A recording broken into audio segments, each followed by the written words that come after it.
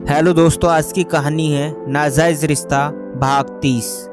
राणा पीछे पलटा तो उसने देखा एक अधेड़ उम्र का बुजुर्ग खड़ा था।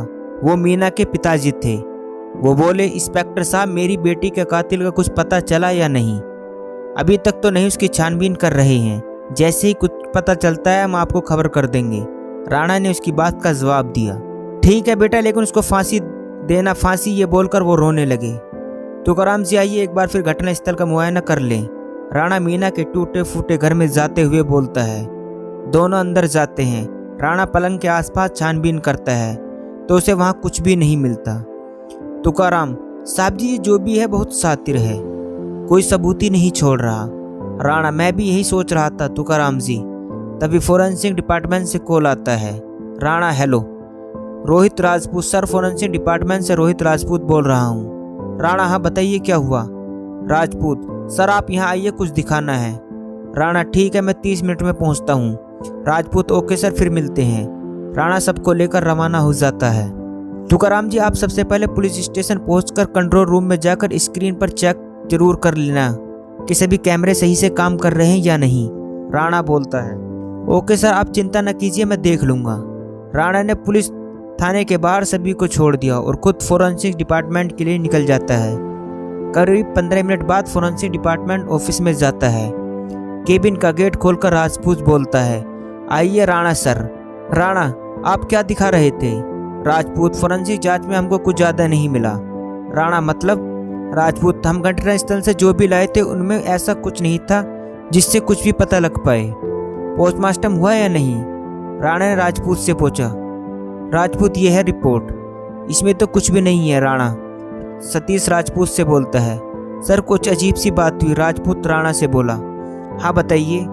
हम वहाँ से जो लावा जैसा पदार्थ मिला था, जब उसका लैब टेस्ट कर रहे थे तो असिस्टेंट की गलती से मेरे और उनके थोड़ी सी मात्रा में हाथ पर गिर गया। मेरा हाथ तो ठीक है लेकिन उसका हाथ में घाव हो गया। राजपूत बोलता है, आपके असिस्टेंट? हाँ, मेरी असिस्टेंट प्रीति जी। राजपूत बोला, हमने जब मेल चूहे पर टेस्ट किया तो उसको कुछ नहीं हुआ, फिर फीमेल पर चेक करा तो वो गलने लगे। ठीक है, मैं चलता हूँ। राणा घड़ी देखते हुए निकल जाता है। जीप स्टार्ट करके रवाना हो जाता है। रास्ते में सोचता कि ये कैसा हो सकता है कि मेल पर लावा काम नहीं करता और फीमेल पर काम करता है। राणा को फीमेल से याद आता है कि रात होने वाली है और नेहा के घर के आसपास कैमरे भी नहीं है। मुझे उनके घर के आसपास सीसीटीवी इंस्टॉल करने पड़ेंगे। राणा जीप गांव की तरफ मोड़ लेता है। गांव पहुंचकर वो देखता है पूरे गांव घरों में दुबका बैठा था। आसपास का पूरा इलाका सुनसान था। राणा नेहा के घर के पीछे वाली गली में बड़ा सीसीटीवी कैमरा इंस्टॉल करता है। उस कैमरे में 1 किलोमीटर का एरिया कवर होता है। राणा जैसे ही जीप में बैठकर गाड़ी घुमाता है तो उसे खिड़की से नेहा देख लेती है और राणा को आवाज देती है, राणा सर किधर? नेहा, राणा, थोड़ा काम था तो पुलिस स्टेशन जा रहा हूँ। नेहा, मैं दरवाज़ा खोल रही हूँ, आप चाय पीकर चले जाना। राणा, नहीं नहीं, कोई बात नहीं, फिर कभी। नेहा, सर आइए ना। राणा नेहा के घर जीप रोकता है। जीप से उतरकर नेहा के घर के गेट के बाहर जाकर खड़ा हो जाता है। नेहा दरवाज़ा खोलती है। राणा नेहा को देखता ही रह जाता है। नेहा ने नीले रंग की पारदर्शी नाइटी पहन रखी थी। उसका पूरा जिस्म उस नाइटी से साफ दिख रहा था। ऐसा लग रहा था मानो चांदनी रात में झील में चांद की चांदनी पड़ रही हो। क्या देख रहे हो सर, अंदर आइए, नेहा बोलती है। कुछ नहीं। राणा का ध्यान नेहा के जिस्म से टूटा।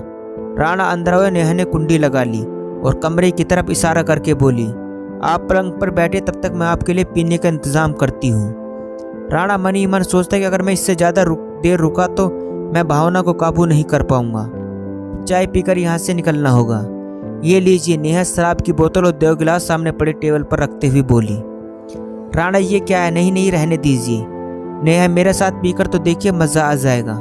नेहा राणा के पास बैठकर बोली। राणा, अभी मैं ड्यूटी पर हूँ। नेहा, मेरी सुरक्षा की ड्यूटी भी तो आपकी ही है। राणा, वो तो है, आप तो कपड़े भी बदल कर आ गई। नेहा, हाँ, आपको देखकर गर्मी हो रही थी तो मैं ये कपड़े पहनकर आ गई। नेहा ने जिस्म पर एक काले रंग की टी शर्ट पहन रखी थी और नीचे उसकी टांगें खुली हुई थी। वो राणा के पास बैठी और बोली, अब शुरू करें? क्या? राणा बोला, जो भी नशा आप करना चाहें, शराब का या फिर शबाब का। नेहा बोली। नेहा ने बोतल को साइड में रखकर बोला कि जब शबाब सामने हो तो शराब में क्या मजा। इतना बोलकर राणा ने नेहा की जा पर रख दिया। नेहा के जिस्म में सिहरन दौड़ गई। राणा ने नेहा के बिस्तर पर लेटा और उसके गालों को चूमने लगा। नेहा बोली, राणा सर खाना तो खा लो, फिर मैं तो आपकी ही हूँ, कभी भी ये सब कर लेना। नेहा राणा की गिरफ्त से आज़ाद होकर खड़ी होती हुई बोलती है, जब ऐसी कमसन जवानी सामने हो तो फिर भूख कैसे लगती है। राणा नेहा को पीछे से धक्का देकर दीवार की तरफ सटाकर बोला। राणा नेहा को पीछे से ही चूमने लगा। उसने नेहा की टी शर्ट उतार दी, फिर पीछे से सटाकर उसके दोनों बगल से हाथ निकालकर उसके शरीर को सहलाने लगा। थोड़ी देर सहलाने के बाद राणा नेहा की खुली पीठ को चूमने लगा। नेहा उसका एक हाथ नेहा के पीछे से हरकत में आने लगा। फिर उसने नेहा को थोड़ा झुकाया। उसके बाद नेहा की हल्की सी चीख निकल गई। नेहा को ऐसा लग रहा था जैसे गर्म लोहा जैसे कुछ उसके शरीर के नाजुक अंगों को चीरता हुआ अंदर जा रहा। नेहा की सांसें गर्म हो चुकी थी। वो दर्द से चीख रही थी, लेकिन उसे मजा भी आ रहा था। फिर राणा ने नेहा को बाहों में उठाया और बिस्तर पर डाल दिया। तभी गेट के बाहर कुछ गिरने की आवाज आई। राणा जल्दी से कपड़े पहने और नेहा की तरफ देखते हुए बोला, तुमने कुछ सुना? राणा, ऐसा कुछ लगा कुछ गिरा हो, नेहा बोली। राणा नेहा को बोला, तुम कपड़े पहनो, मैं देखता हूँ कौन है। नेहा बोली, ठीक है। राणा ने जैसे ही दरवाजा खोला तो कौन गिरा था नेहा के घर के बाहर, जानने के लिए कहानी का अगला भाग जरूर देखें। ज्ञान की बात, महिलाएं कोई भी हो, उसमें इतनी शक्ति होती है कि वो इज्जत बचाने के लिए मर्द का मुकाबला कर सकती है, इसलिए अपनी शक्ति पहचाने। दोस्तों, ये था नाजायज रिश्ता भाग 30। दोस्तों, कहानी अच्छी लगी हो तो चैनल को सब्सक्राइब करना ना